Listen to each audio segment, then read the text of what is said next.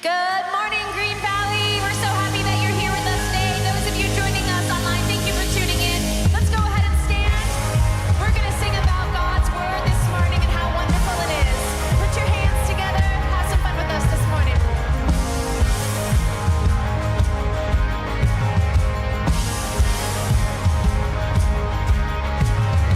Your word is a lamp unto my feet. Your way is the only way for me. It's a narrow road that leads to life, but I want to be on it. It's a narrow road, but the mercy's wide, 'cause you're good on your promise. Sing this out. I'll take you at your word. If you said it, I'll believe it. I've seen how good it was. You started, you'll complete it. I'll take you at your word. Oh, you're good on your promise. You spoke, and the chaos fell at night. Oh, I know, 'cause I've seen it in my life. It's a narrow road that leads to life, but I want to be on it. It's a narrow road, and the tide is high, but you parted the waters. I'll take you at your word. If you said it, I'll believe it.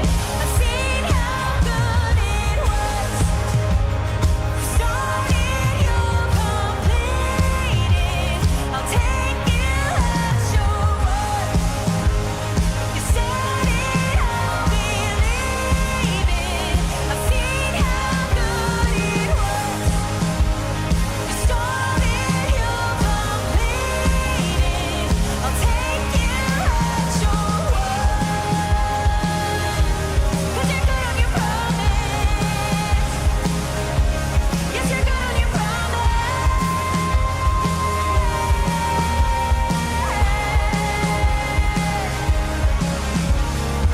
You said your love will never give up. You said your grace is always enough. You said your heart would never forsake or forget me. Sing it out. Oh, you said I'm saved. You called me yours. You said my future's full of your hope. You've never failed, so I know that you'll never fail me. Sing it out. You said, oh, you said your love will never give up. You said your grace is always enough. You said your heart would never forget or forsake me. You said I'm saved. You call me yours. You said my future's full of your hope. You've never failed, so I know that you'll never fail me. I'll take you at your word. If you said it, I'll believe it. I've seen how good it was. If you started, you'll complete. Come on, sing it out. I'll take you at your word. If you said it, I'll believe it. I've seen how good it was. You started, you'll complete it. I'll take you at your word. 'Cause you're good on your promise. Yes, you're good on your promise.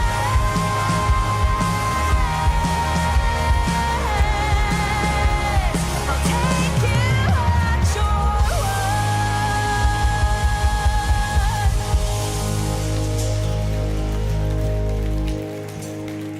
As we continue to worship this morning, I want to encourage you to listen to these words.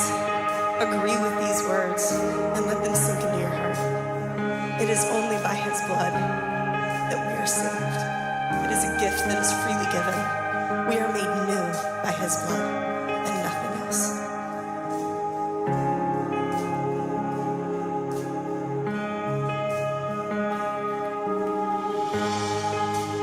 Everything changed. It's getting harder to recognize the person I was before I encountered Christ. I don't walk like I used to. I don't talk like I used to. Been washed from the inside. I've been washed from the inside out. Hallelujah, hallelujah. I know it was the blood. It could have only been the blood. Hallelujah, hallelujah. I know it was the blood. It could have only been his blood.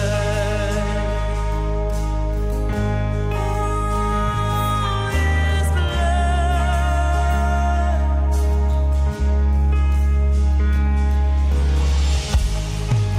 I cannot explain, but nothing's more real than this. In the presence of God, oh, what my heart experienced, oh, when my shame hit the wayside and my sin met the Most High. I was washed from the inside. I've been washed from the inside out. Hallelujah, hallelujah. I know it was the blood. It could have only been the blood. Hallelujah, hallelujah. I know it was the blood. It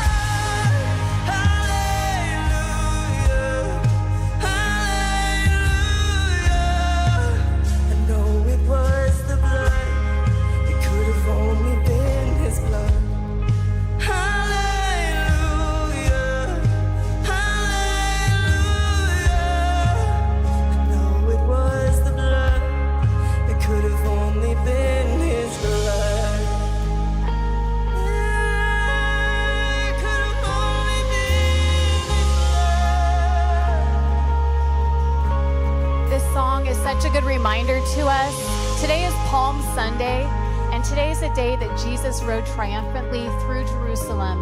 He fulfilled the prophecy of his coming as the future king. And what's amazing is everybody seeing him came in was thinking they had a different perception on what that would look like.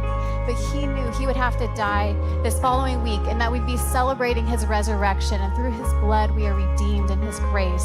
And so we are celebrating that today. It's such a good reminder. I just want to welcome you guys to Green Valley Community Church. Can we say good morning to all of our first-time visitors here with us?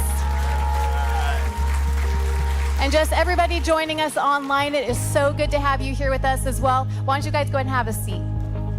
At this time, we always take a moment to say thank you and express our gratitude for your giving and helping resource Green Valley to do the ministries that go on inside these walls in our community and beyond. You give through Green Valley, you don't give to Green Valley. We just want to be a river of blessing to our world and our community. So thank you for that. A couple of ways you can give. One of them is through our giving boxes that are here also online. But you can also go to our new app. And we have a new app. And those of you that do reoccurring giving, couple things, we are transferring all of that over. So this is the last week of giving on our old app. Has to transfer to the new app. And we do appreciate those that have reoccurring giving because it does help us with our budget. So thank you for that. But we have some really good things going on here. So share some things that are coming up. Yeah, so we have in April 2 things happening. We have Baptism Sunday on April the 21st, and we have our child dedication the following week on April 28th. And this is a great time if you are maybe new in your belief or you are wanting to make that decision to follow after God. This is a way that you can publicly share that with us and have us all celebrate that with you. So if you're thinking about doing that, come see us at the Connect Wall. We can get you registered and help answer any questions for you. And this week coming up is Easter weekend, and we got a lot going on here to celebrate the resurrection of Jesus Christ. Hey, on Good Friday, we have a drop-in time from 12 or noon to 2 p.m., 12 o'clock to 2 p.m., where you can drop in for 10 or 15 minutes. Our pastors will all be up here at the front of the auditorium. We'll have a communion set up, and you can have a personal time of prayer and communion with our pastors to celebrate Jesus' triumphal entry into Jerusalem. But also, we also want to share Easter weekend with you. And the reason why we did 2 services on Saturday is because a lot of people who might not be churchgoers might think, hey, I don't want to mess with my Easter Sunday. So we have this Saturday option, and we have 2 services there. And we just encourage you to do an invite. It says that on Easter and Christmas, the odds go up from 1 to every 4 invitations that you do, 1 person is going to say yes to that. So do at least 4 asks this Easter so that people hear the good message of Jesus Christ on Easter weekend. All right, so we're in another part of our series, Unstoppable. In just a moment, John's going to come up and he's going to share a great message on something that's really pertinent to a lot of people in our day and age. But before he comes, why don't you stand and say to the person next to you if you are a rain or sun person. Go ahead.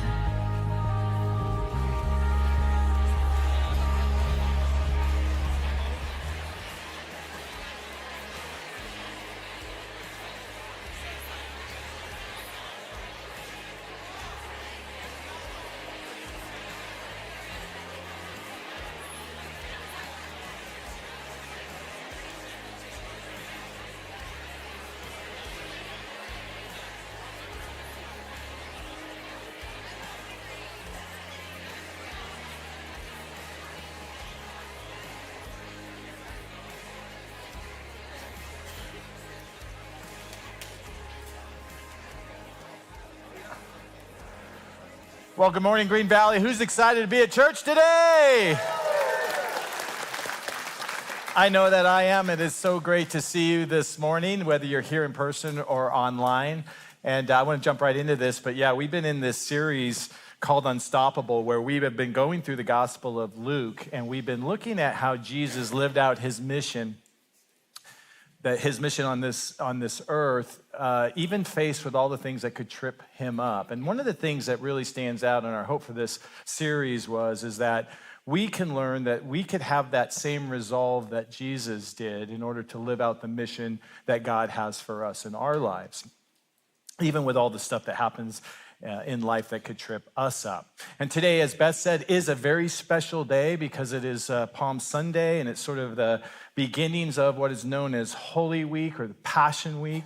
And it's Jesus' coming, his triumphal entry into Jerusalem, where he is just exalted as wanting to be put up as a king by his people, but yet he goes and is heading into a week that I think is one of the most difficult weeks, if not the most difficult week on his mission here on this earth, where he's going to experience his death, and he's going to ultimately, though, victoriously end in Easter in his resurrection. So what Jesus is going to do in this week that makes it so difficult is he's going to hit the wall through experiencing physical pain in his life. And that's what I want to talk about today, is how we navigate when we hit the wall through physical pain. Before I jump into that, I just want to start with a couple of questions. The first question is this: how many of you would say that you have a fairly low tolerance for pain? Wow, even less than the last group. You guys are awesome. How about then, I guess conversely, how many of you say that you have a high tolerance for pain? Wow, lots of Raider fans in this room, you know? You knew it was coming, right? So, I think that one of the best ways that we can actually gauge our tolerance for pain, I think, is a trip to the dentist, if you will. And several years ago, I had this dentist. He's a great dentist, but I had this dentist, and I had a cavity, a small filling that needed to be dealt with. And so I went in there, and he was obviously busy because he had lots of patients. I could tell he was in a hurry. And so he looks at me and says, "Hey, look, this is a pretty small cavity. I think I can take care of this without any Novocaine, giving you any Novocaine." That's what he told me. Famous last words, I said, "Okay." So I'm sitting there, and he gets the drill out. You've all heard that noise, at least most of you have. And it gets close, and when he touched the nerve, when he touched my cavity, it felt like somebody was stabbing me in my right eye, and I did what normally people would do when you hit that pain. I screamed. So then he stops, and he says, oh, and so he gets that little poker out that many of you know, that little sharp thing, and he goes in there, that same place, but he had 2 fingers in my mouth as he did this, and he hit that same nerve, and I did what anybody would do when you feel pain. I bit his finger. And then he responded like anybody would, is that he screamed and then said some words that aren't becoming of a dentist, right? And let me just tell you this, is that if you're sitting in a seat with the dentist, the thing you don't want to have is hearing him yell or swear. That is not a good sign about your appointment going well. But then he ends with this. He looks at me and he says, "Wow, I didn't realize you had such a low tolerance for pain." Another thing you don't want to hear your dentist say, right? They're usually coddling you. Are you in pain? Do you need more Novocaine? Not. Suck it up, you wimp. The truth is, in life, we will have pain that comes and goes. Fortunately, toothaches get better, go away. We maybe break a bone, and for many times that gets better and heals, or you pull a muscle, or whatever that is. But there's people, and you would know this if you're dealing with it, there's people that have pain in their lives that doesn't go away, that are living with chronic pain. In fact, I read a statistic that in the U.S. that over 25% of people living in the U.S. deal with some form of chronic pain. And chronic pain is defined as something that's been going on for more than 6 months. And many of you are dealing with pain that's been going on for a lot more than 6 months, but for years. Think about it. 1 in 4 people in this room, or 1 in 4 people watching online, deal with some form of chronic pain. And the truth is about people dealing with this kind of pain is it becomes literally a daily battle for lots of different reasons. It becomes a daily battle in terms of being present because your pain wants to pull you away from what's going on around you and pull you into what's hurting you inside. It's a daily battle for people struggling with pain of having hope, the hope that maybe it'll get better, or maybe this remedy that was suggested to you, or whatever that looks like, that it'll actually work and you'll start to feel relief from the pain, or a hope that says, could I be healed from this? It's also a daily battle to struggle with the question of asking, why is this happening to me? You know, I was reading an article about marathons because we're talking about this marathon of life, and the most difficult marathon in the United States is known as the Pikes Peak Marathon. And it's actually also known as the Mountain Marathon. And if there's a marathon that has a title with a mountain in the title, you know that's not a good thing. I want to show you a picture of it right here. This is the on the way up. So the first 13 and a half miles of the race, you go up almost 8,000 feet, and you go up to 14,000 foot elevation. This is a picture at 12,000 feet. Anybody want to do that? All I have to say is nope. But what's really significant about this is as you see these runners going up, one of the more demoralizing things is you can see where you're going, and it's all straight up, even when you're in the midst of it. And similarly, we're people that deal with pain so often that you're dealing with this chronic pain, and all you see in this sort of marathon of life as you look out is you see like just this mountain of pain, and you're wondering maybe to yourself, how will I ever climb or get over this mountain? And if that's you today, I would just, my hope and my prayer is this, simply this, is that maybe by experiencing how Jesus dealt with his pain during the Holy Week, you'll find some encouragement and hope in how to navigate if you're hitting the wall from dealing with chronic pain. I want to look at just this big idea today, and that is simply this, is that God's faithfulness does not mean that life will be painless. In the reality of life, it's not if, it's when that we will experience some significant pain in our life. For some people, they were younger and they got something going on that's chronic, and they're dealing with things at a younger age. And for many, they've had the blessing of not having to deal with that. But the reality is, we will, as we get older, right? Things start to change. Things start to break. Things start to fall apart. Things start to fall off, right? A month or two, probably 2 months ago, I pulled a muscle in my left leg, and I kid you not, from getting out of bed. I'm in some church, so I'm just being transparent here, right? People would ask me like, wow, you've had that pulled muscle for a couple of weeks. And I'd just tell them, yeah, I was working out hard. I went for a long run. I was too embarrassed to say, yeah, I got out of bed. Oh, yeah, I was putting my socks on, I pulled my muscle. Pain is a human condition.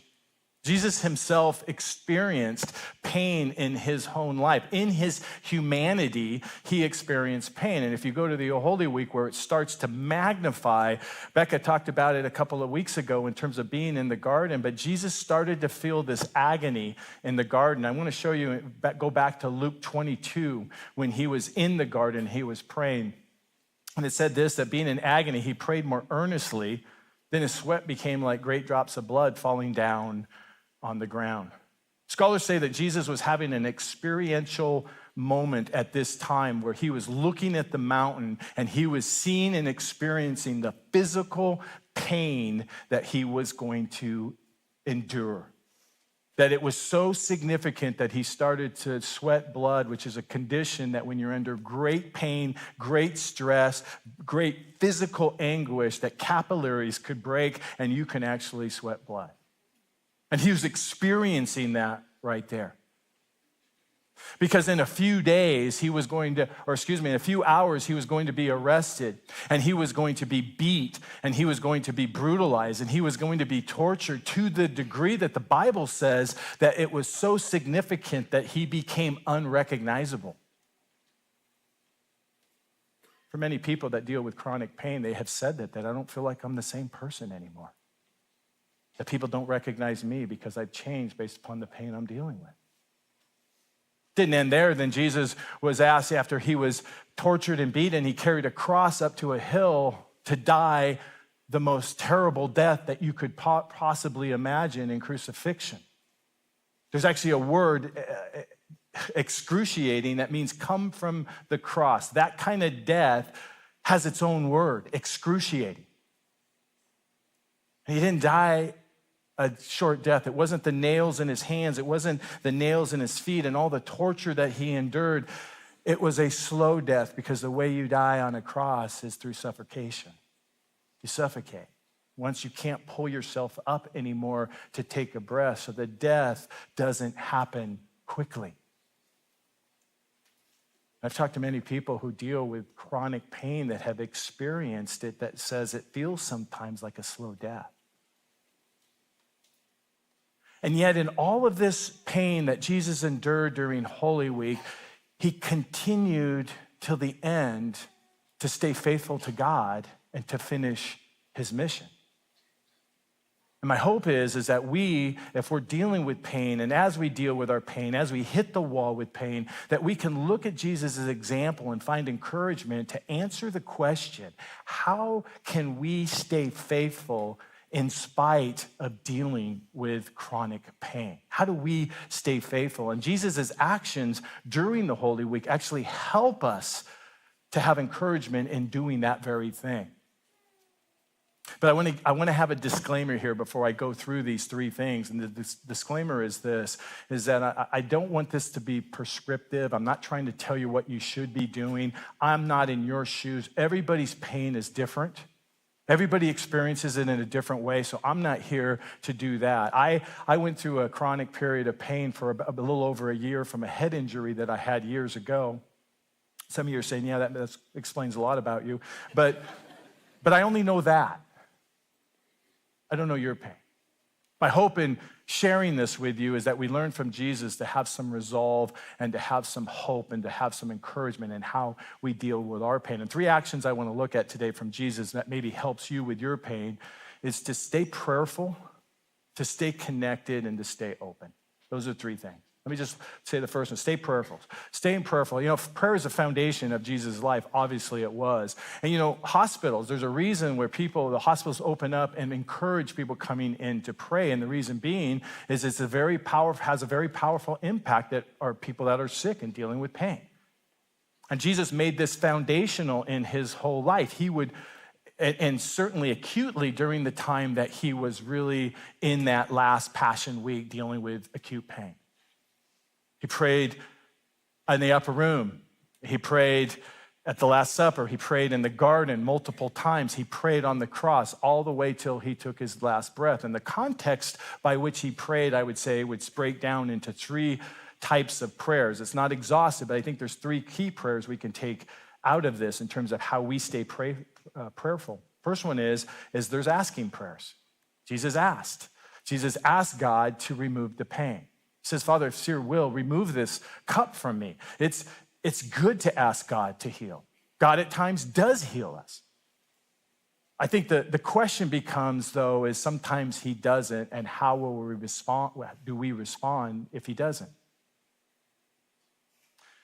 If God's big enough to heal us, which he can, and he's all powerful and that big, I think it would stand the reason then that God's big enough and all powerful to maybe have reasons we wouldn't understand. And sometimes it's no, sometimes it's not now, and sometimes it's yes. But the fact of the matter is there's asking prayers, and it's important for us to go, God, if it's your will, heal me. Second one is honest prayers. It's to be able to share with God right where you're at. Jesus, through his Passion Week, when he was in the garden and when he was on the cross, he was very honest to God where he was at. In fact, on the cross, he says, my God, why have you forsaken me? God, are you there? Did you abandon me? Jesus is getting real with God by saying, God, I don't feel like you're here. You ever feel that way?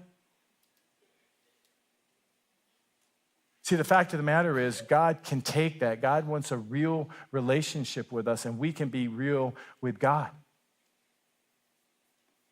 Therapists will say this. There's a reason for this, because it's important to be able to express how we're feeling regardless of what those feelings are. It doesn't necessarily mean somebody fixes that thing, but the therapists know how cathartic it is because we have it in our head to just be able to identify and locate ourselves right where we're at any given moment. And God's the perfect place to do that.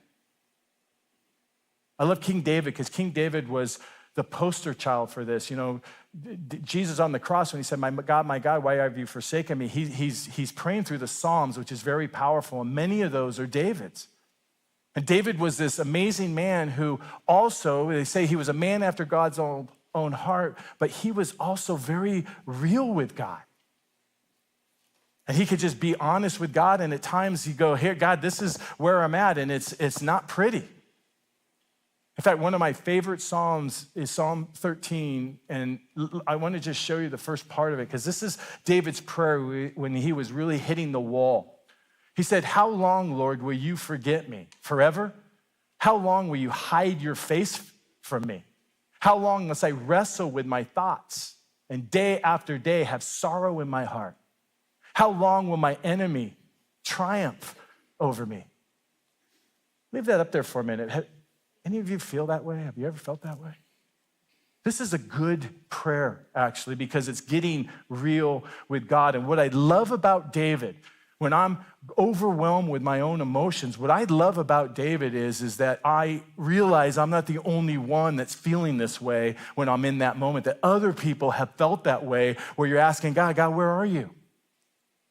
It also reminds me that God can take our toughest emotions. He can handle that.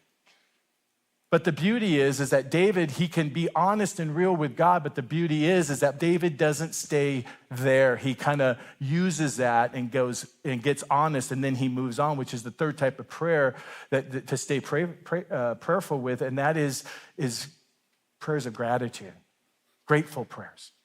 Look what David goes on to say when he goes at first 1 and 2. He's talking about, lamenting to God, but then he turns it in 5 and 6 and says, "But I trust your unfailing love. My heart rejoices in your salvation. I will sing the Lord's praise, for he has been good to me." Simply put, what David is saying here is even in the midst of his pain, I'm seeing what God is doing around me and what God has done before. Jesus was the exact same way, is that even in the midst of pain, he could look and find God's faithfulness in the midst of things. See, gratitude is a very, very powerful thing. And I want to be clear about something. Gratitude does not necessarily take our pain away, but gratitude can help take us through our pain. I have a friend who I've become dear friends with over the last 3 years.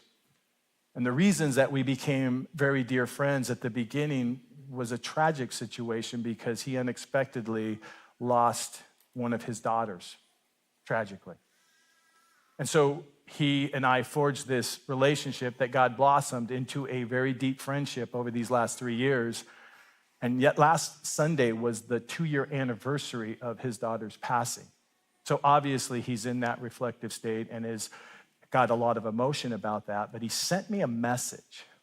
And the message was a message of gratitude, thanking God for the friendship that we have.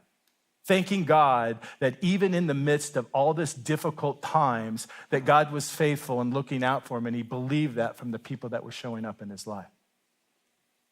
Again, gratitude does not take away the pain, but it will help take us through the pain. I showed you that picture before, that marathon.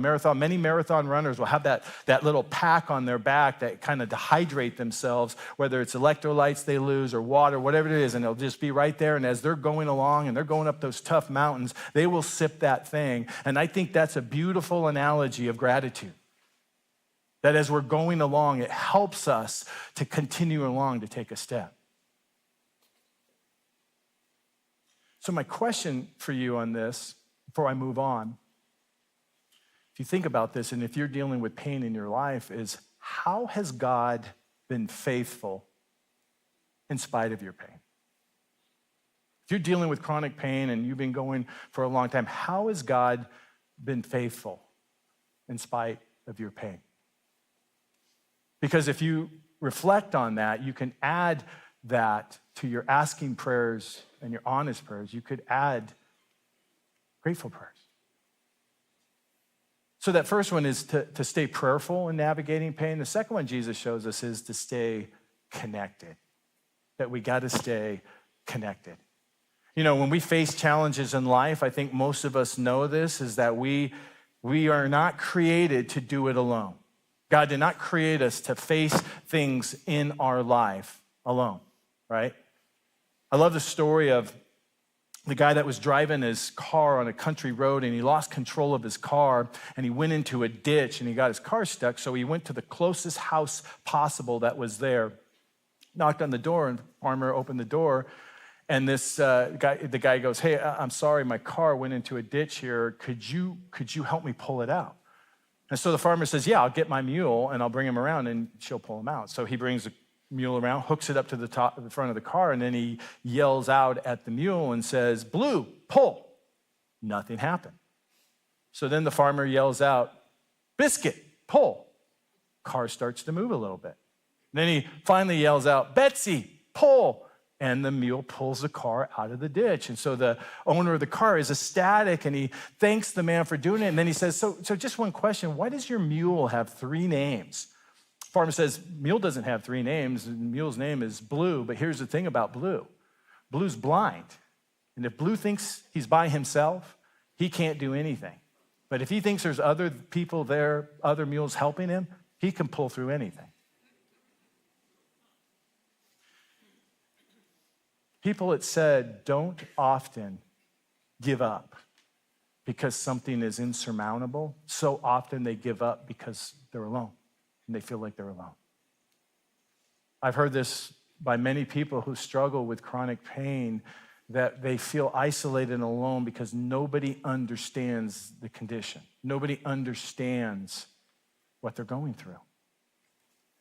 And yet we need each other to go through things, including pain.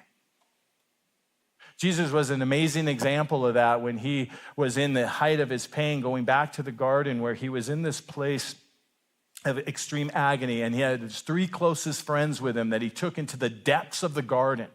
The Bible says that Peter, James, and John, and the Bible says that he started to feel overwhelmed in sorrow and started to feel this pain, and he actually expressed that to those 3. And he says, my heart is overwhelmed, my sorrow is taking over. And then he goes on to say, watch with me. In other words, be with me, stay with me.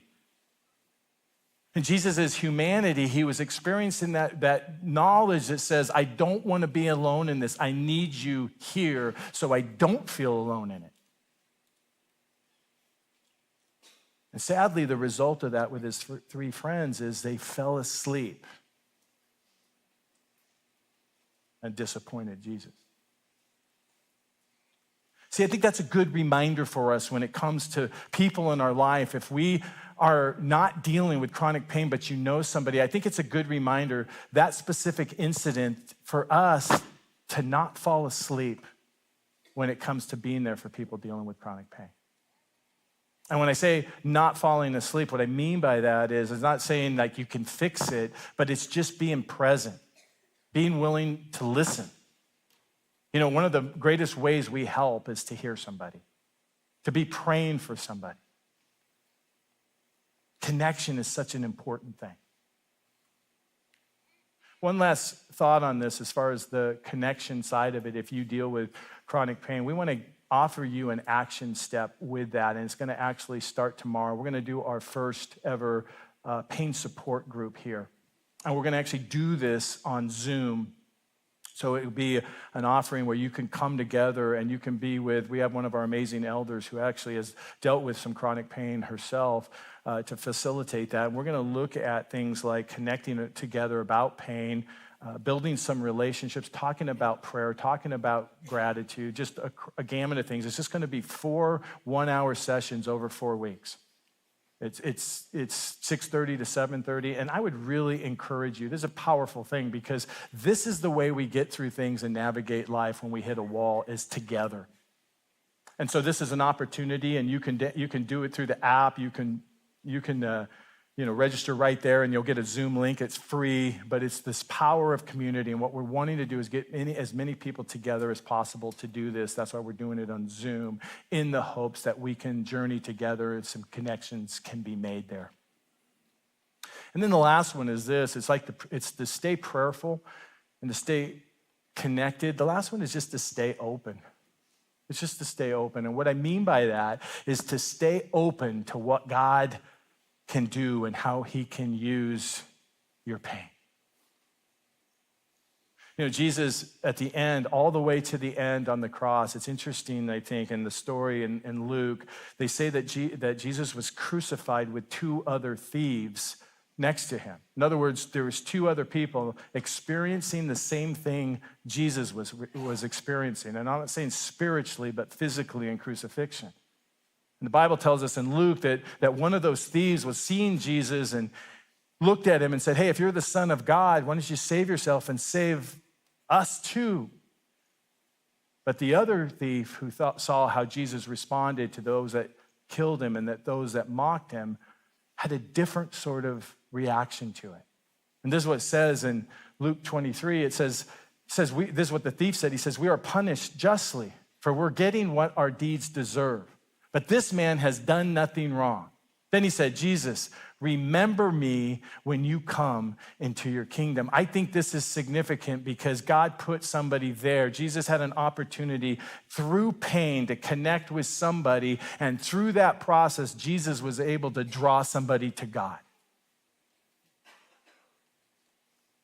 And it's the same way in your life and in my life that God can put people in your life, even if you're dealing with pain. He will put people in your life that maybe you're the only one who would understand, that somebody else won't feel alone because you've dealt with it, or he will attract people to you and how you deal with your pain. I was talking about this support group, and one of the significant things in encouraging those that are dealing with pain is to join, because you might be the answer to somebody else's prayer on this. If somebody else feels like they're alone going through this, and you show up and God uses you to help somebody else, and you won't even know it and realize it until it happens. You know, I think it's very common for people dealing with chronic pain, and I've heard this a lot said to me, I experienced it myself, is when you're in the throes of it, it's easy to feel like you've lost your purpose. And I just want to say this, is that Jesus reminds us that that's the furthest from the truth, that you haven't lost your purpose.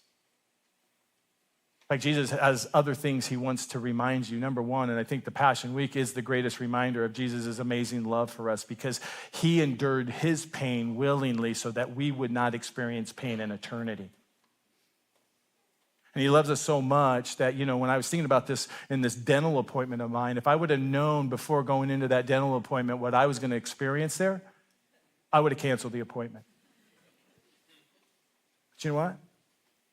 Jesus knew what he was going to experience before he went there. And you know what? He didn't cancel the appointment, because that's how much he loves us. Jesus also wants you to know that he cares and understands. And caring and understanding is a big thing for people going through pain. And he is the one who cares and understands because he's gone through it before. And his promise is you haven't lost your purpose. And through him, he has the power to give you a purpose to use your pain, not just in spite of your pain, but because of your pain. The question is, are you willing to be open to that? To say those words, I resolve to trust God with my pain. We have an amazing student pastor here. His name is Joe Yurkovic, and he wants to come up and share a little bit of his story right now. So I'm going to ask him to come up. Maybe we can give him a hand as he comes up.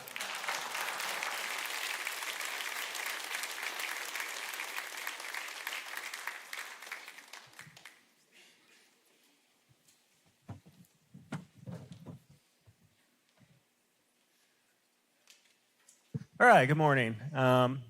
First of all, I love working here. It's like the best job ever. We have an awesome family in here, all of you guys, and our staff is so cool too. So everything that I do struggle with, like I love the support here, and that just wasn't easy for me like a while ago. So I'm 37 years old. When I was 29, I was diagnosed with epilepsy, and they're called partial complex seizures or absence seizures. So I don't convulse and go to the ground or anything like that. I just kind of zone out. It looks like I don't care what you're saying, but I promise I do. And I just get disoriented. My speech will get a little slurred. Things don't sound right. And so it's just it's an awkward situation for everybody. But most of these seizures are only like two seconds, 10 seconds, it can be up to 30 seconds, but usually they come in clusters. And so I'll just have a bunch, sometimes in a day or sometimes in a week. And it takes me sometimes hours to recover and sometimes like several days actually for these to recover. So obviously it's super frustrating. And I started to ask the questions like right when this began. When things weren't getting better, all the why questions. Why do I have to miss out on my family stuff? Why doesn't my body respond to medication? Because I'm in the 30% of the people don't, and that's me, lucky me. So why would God take away the life that I had before? And it seems like, why do you want me to hurt? I know people hurt, but what good can you actually do out of this? So I had these very depressed and discouraging and angry prayers, and that happened for quite a while. So we call them episodes, and when I have these episodes, I miss out on a lot of things or that I took for granted for a long time. In the past, I had much better eye and hand coordination. I have much less energy now. I struggle with reading and writing. It's challenging for me to retain information. And I have tons of memory loss. And if it looks like I can't recognize your face, it seems like I've never seen you before, and that happens to me. I have hard face recognition. And it's really embarrassing, so it sucks. I'm really sorry if that happens. I couldn't understand, why God wouldn't take these things away from me. And it's still tough to kind of think about that. It's certainly not how he could use them. So sometimes I feel really unstable and unreliable when these are happening and I can't make it to work or I can't get to hang out with our junior hires or high schoolers. I have an amazing wife. And when this started happening, she just jumped right in and did all this research and all this stuff. I know she was afraid through a bunch of it, but she put all those fears aside and she was all over. And same with my family. Like my parents and my brothers were just awesome, and I'm so glad to have their support. Guys, if you're smart, you probably say you have the best wife in the world. But I got to tell you, I have the best wife in the world. And if you want to talk about this further, I'll be in the parking lot after we're done in here.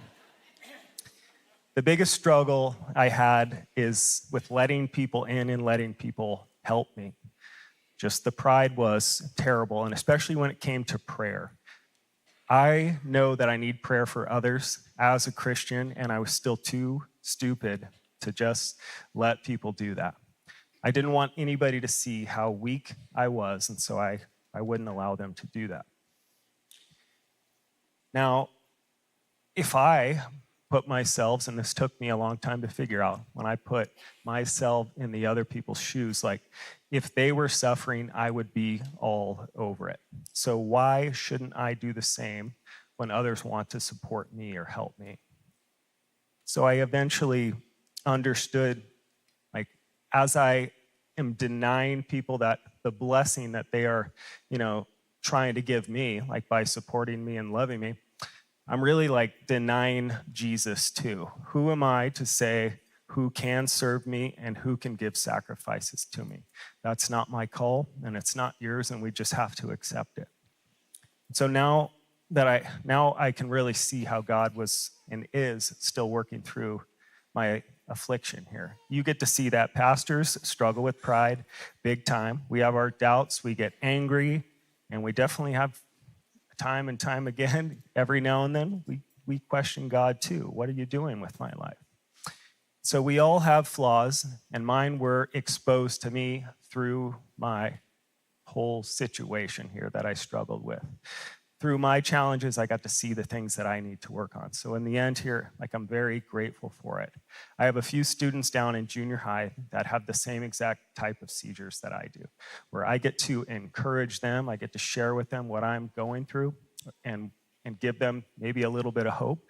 I also tell them it sucks big time, and that's okay. But God's power will always shine through your weakness. I know I have a reason for going through it, and I love that I get to connect with those students in that way. He's shown me the importance of community and how much people love me and want to support me, and how they're willing to make sacrifices for me. It seems like an unconventional way to show someone love, the way that God does it, but we also have an unconventional God. God has provided for me from the get-go, from day one. And when I struggle, God is always faithful. He always shows up. He has provided opportunities. So when I'm talking about like, how is God faithful through my struggles? Well, he's given me so many opportunities to share that with others and connect with them. His promises are always, he always comes through on his promises. And he will not give you more than you can carry. Sometimes he'll give you somebody that can help you carry that load. So I want you to just take a look around. You have a room full of people that are more than willing to love on you and to support you. So I just ask one question. Will you let them do it? Thanks. Right on, you.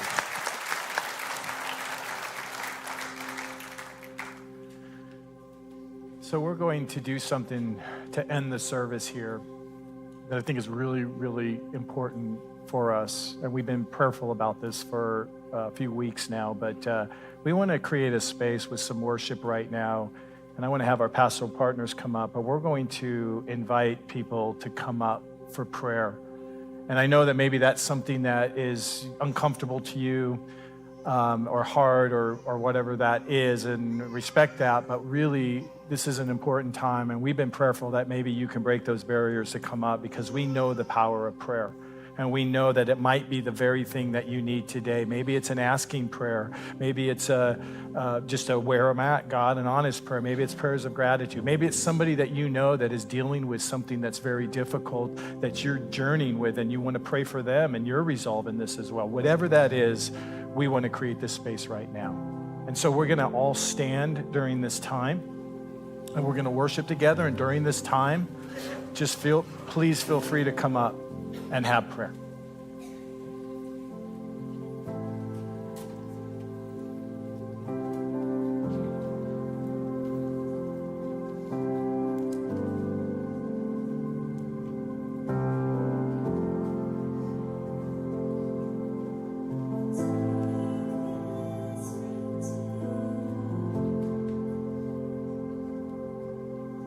Take these tainted hands, wash me in your love.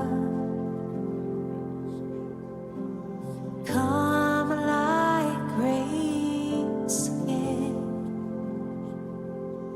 Even when my strength is lost, I'll praise you.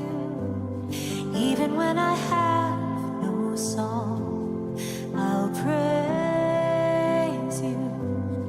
Even when it's hard to find the words louder than I'll sing your praise, I will only sing your praise.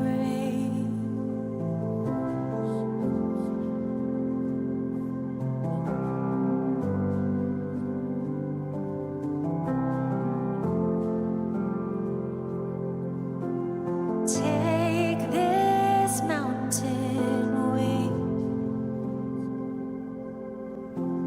take these ocean tears, hold me through the trial, come like hope again. Even when the fight seems lost, I'll praise you. Even when it hurts like hell, I'll praise you. Even when it makes no sense to sing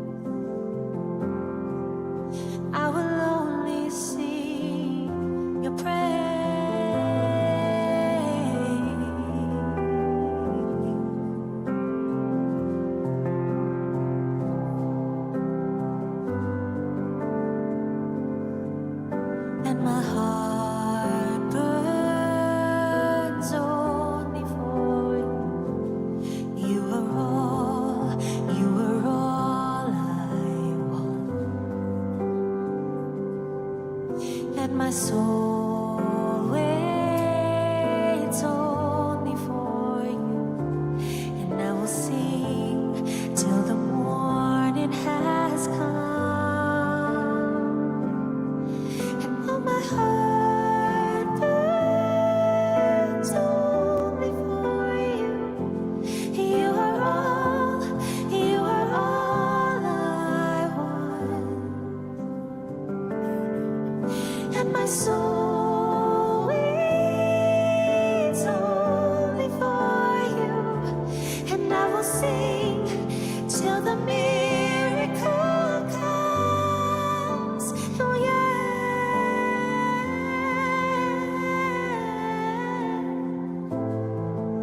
I will only sing your praise.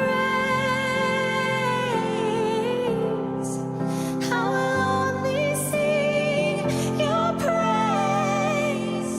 Oh God, I will only sing your praise.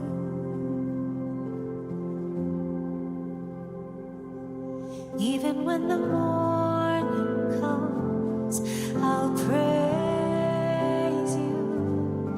Even when the fight is won, I'll praise you. Even when my time on earth is done, louder than I'll sing your praise. I will only sing your praise.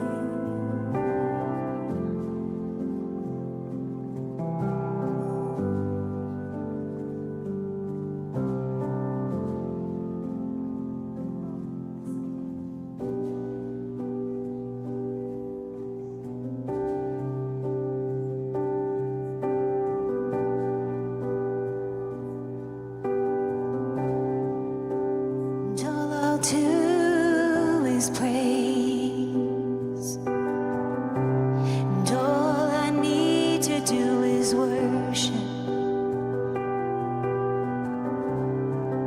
and all I'll do is bow down,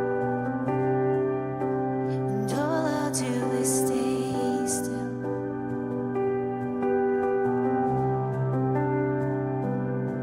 'Cause you go before, I know that you've even gone to win my war. Your love becomes my greatest defense. It leads me from the dry wilderness, and all I did was praise. And all I did was worship, and all I did was bow down, oh, and all I did was stay still. So we sing hallelujah, and hallelujah.